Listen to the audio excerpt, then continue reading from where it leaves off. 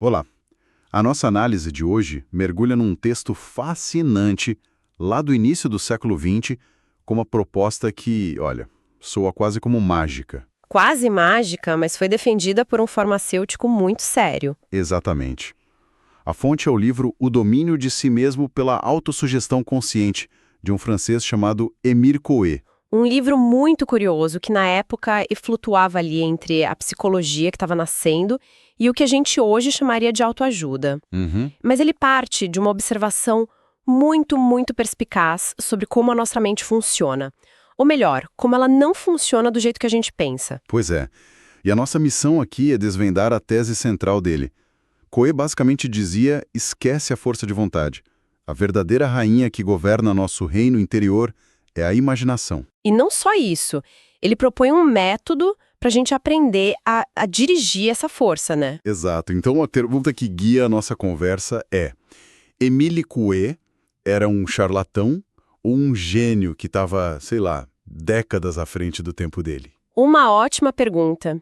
E para começar a responder, a gente precisa entender de onde ele parte. Coué argumenta que existem, assim, metaforicamente, duas almas dentro da gente. Certo. O eu consciente, que é o racional, o que usa a vontade, e o eu inconsciente. E é aí que mora a imaginação, o poder de verdade. A nossa vida é, em grande parte, o resultado da relação entre esses dois. Ok. Então vamos direto para a grande afirmação de Coué, a que ele chama de primeira lei.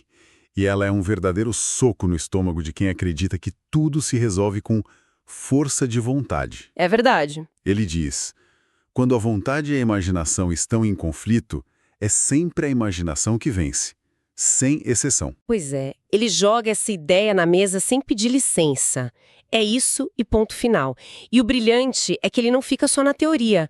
Ele cria um experimento mental, um exemplo que é impossível de esquecer. O famoso exemplo da tábua. Exato. Imagine uma tábua de madeira, sei lá, com uns 10 metros de comprimento e 30 de largura, deitada no chão do seu jardim. Atravessar? Moleza, qualquer um faz sem nem pensar. Exato.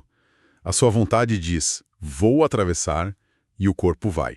Agora, pegue essa mesmíssima tábua e coloque ela como uma ponte entre as torres de uma catedral, a centenas de metros de altura. A vontade continua lá, né? Eu quero atravessar. Continua, mas o que acontece?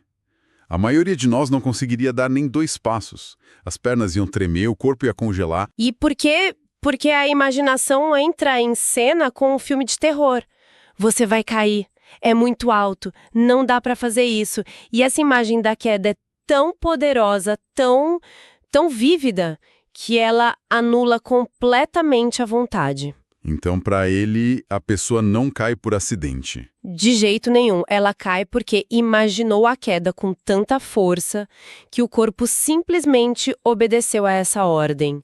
A queda é a imaginação se tornando realidade. Isso é impressionante, porque conecta com tanta coisa do dia a dia. A pessoa com insônia, por exemplo, quanto mais ela tenta dormir, Ah, sim. quanto mais ela usa a vontade para forçar o sono, mais acordada ela fica. É o paradoxo perfeito.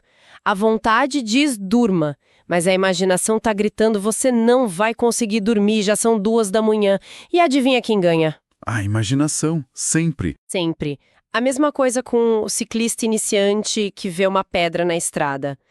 Quanto mais ele pensa, não posso bater na pedra, não posso bater na pedra... Ele vai direto na pedra. Exatamente, porque o cérebro dele está focado na imagem do obstáculo, não no caminho livre.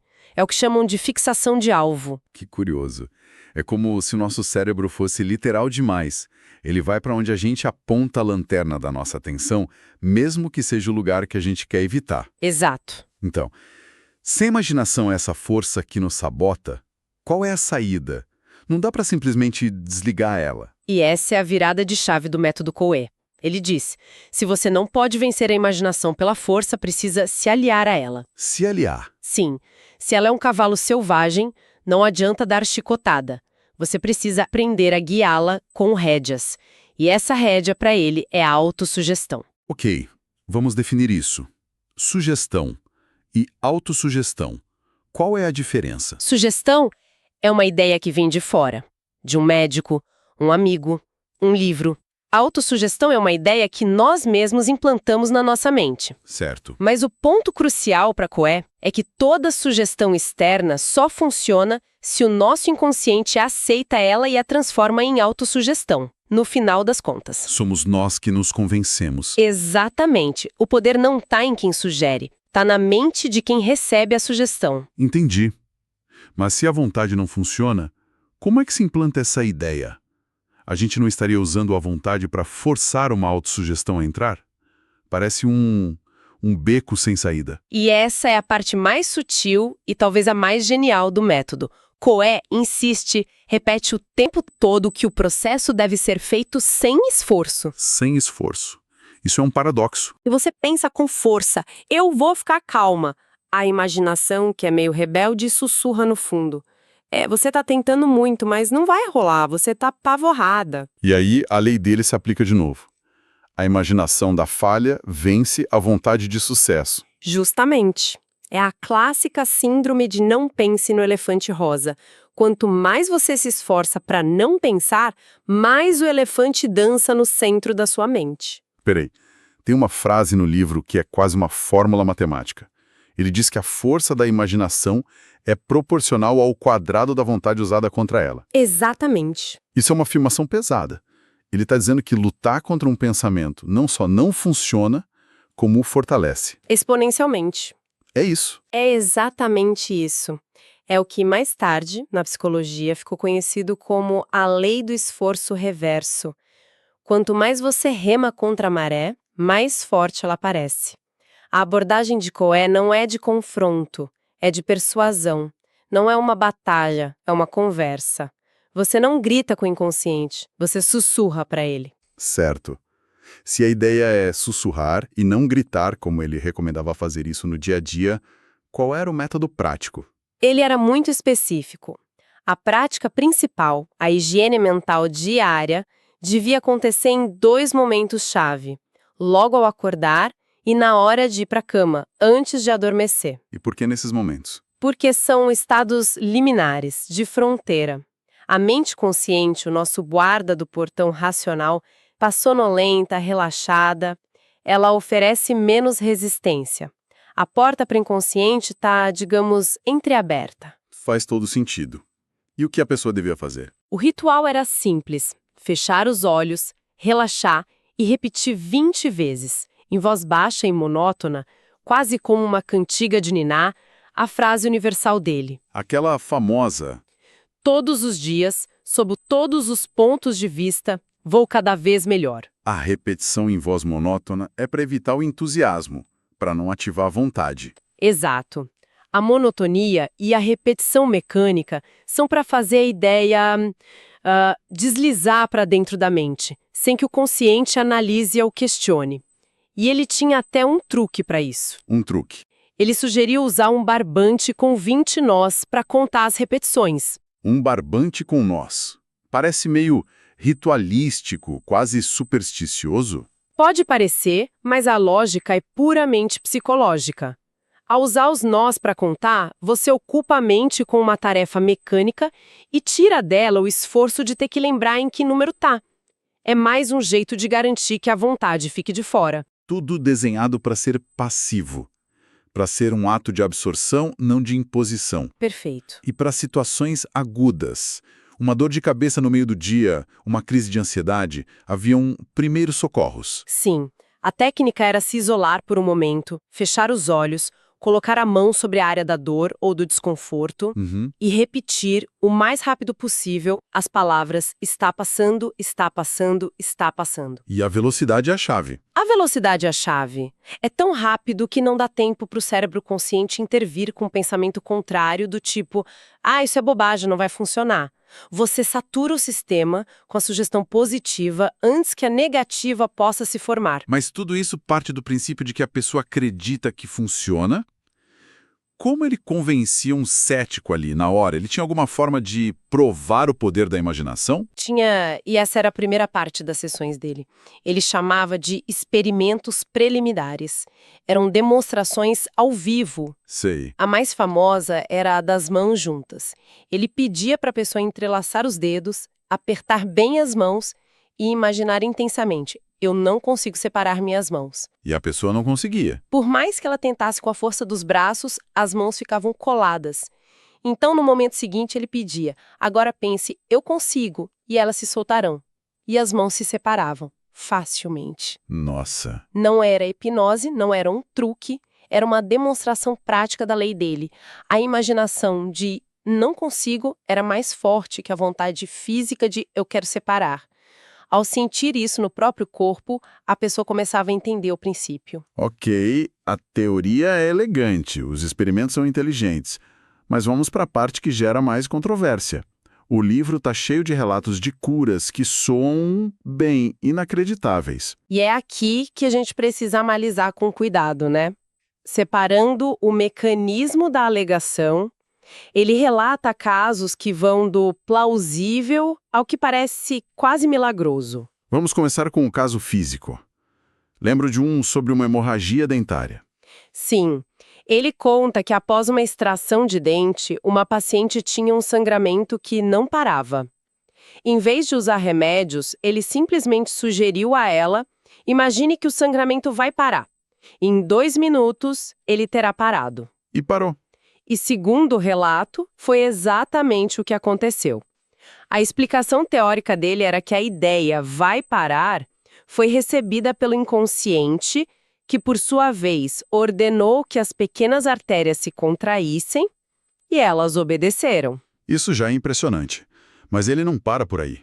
Ele fala de curar asma, paralisia e até tumores. É nesse ponto que muita gente hoje diria: peraí, isso foi longe demais.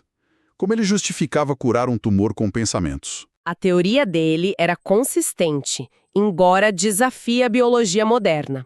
Ele dizia que a sugestão "o tumor vai desaparecer" faria o inconsciente, que é o gestor do corpo, dar uma ordem para as artérias que nutriam aquele tumor. Pararem de enviar sangue. Exato. Sem nutrição, o tumor morreria e seria reabsorvido pelo organismo. É uma alegação extraordinária. Como a gente pode olhar para isso hoje sem simplesmente descartar como charlatanismo? A gente pode olhar da seguinte forma: a ideia de que a mente influencia o corpo hoje é um fato científico, comprovado pelo efeito placebo. Certo. Uma pílula de açúcar pode aliviar uma dor real. A crença na cura dispara mecanismos neuroquímicos de cura no corpo. Coe estava observando e utilizando esse efeito de uma forma muito potente. O erro talvez tenha sido superestimar o alcance desse poder. Exato. O insight dele não era que podia curar tudo, mas que a mente era um fator terapêutico muito mais poderoso do que a medicina da época dele imaginava. Entendi. E as transformações comportamentais? Mudar a personalidade de alguém. Isso parece mais plausível do que dissolver um tumor. Bem mais. Ele relata o caso de um menino cleptomaníaco. Sim, um garoto de 11 anos que foi curado de furtos compulsivos em alguns meses. E também o de um jovem de 18 anos que tinha um ódio que beirava o assassinato pelo irmão e que, supostamente, após uma única sessão, teve esse sentimento eliminado. E aqui a conexão com a psicologia moderna parece mais direta. Muito mais. O que ele descreve é, na essência, um método para reescrever crenças centrais e pensamentos automáticos. A metáfora que ele usa é fantástica. Qual é? Ele diz que nosso cérebro é como uma tábua de madeira, cheia de pregos velhos e enferrujados, que são nossos maus hábitos, nossas ideias negativas. E a autossugestão é o prego novo. Exatamente. Cada vez que você repete a sugestão positiva, é como uma martelada nesse prego novo. Aos poucos, ele vai entrando na madeira e, ao mesmo tempo, vai empurrando o prego velho para fora, até que o antigo seja completamente substituído. E quando o prego novo está firme no lugar? O comportamento segue essa nova crença.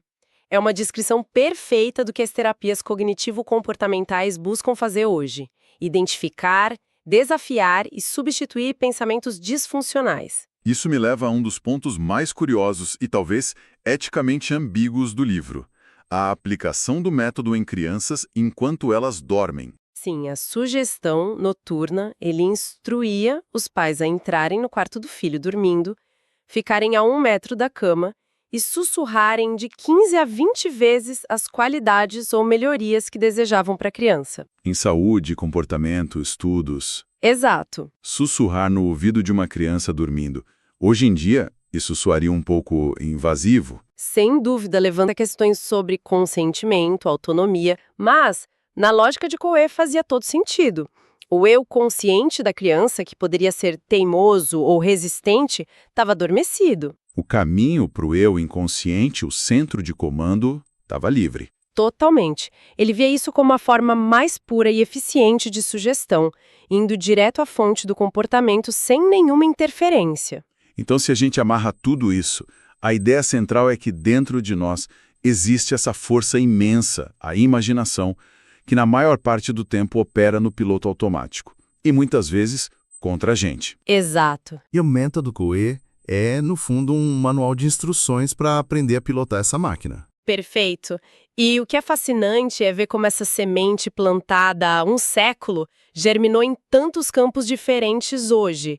A linguagem mudou, os métodos foram refinados, testados cientificamente, mas o princípio é o mesmo. Onde mais a gente vê esses ecos hoje, além da terapia cognitivo-comportamental? Na psicologia do esporte, por exemplo.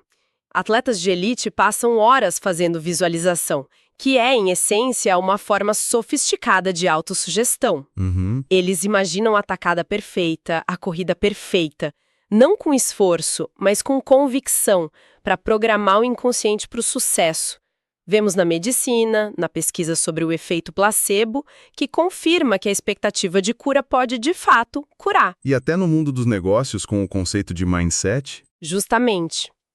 A ideia de que nossas crenças fundamentais sobre nossas capacidades determinam nossos resultados. Então, de certa forma, a resposta para a nossa pergunta inicial, charlatão ou gênio, é que talvez ele fosse um pioneiro intuitivo. Eu diria que sim. Ele identificou um mecanismo real e poderoso, mesmo que as explicações e a amplitude das alegações não se sustentem completamente sobre o escrutínio científico moderno. Eu concordo.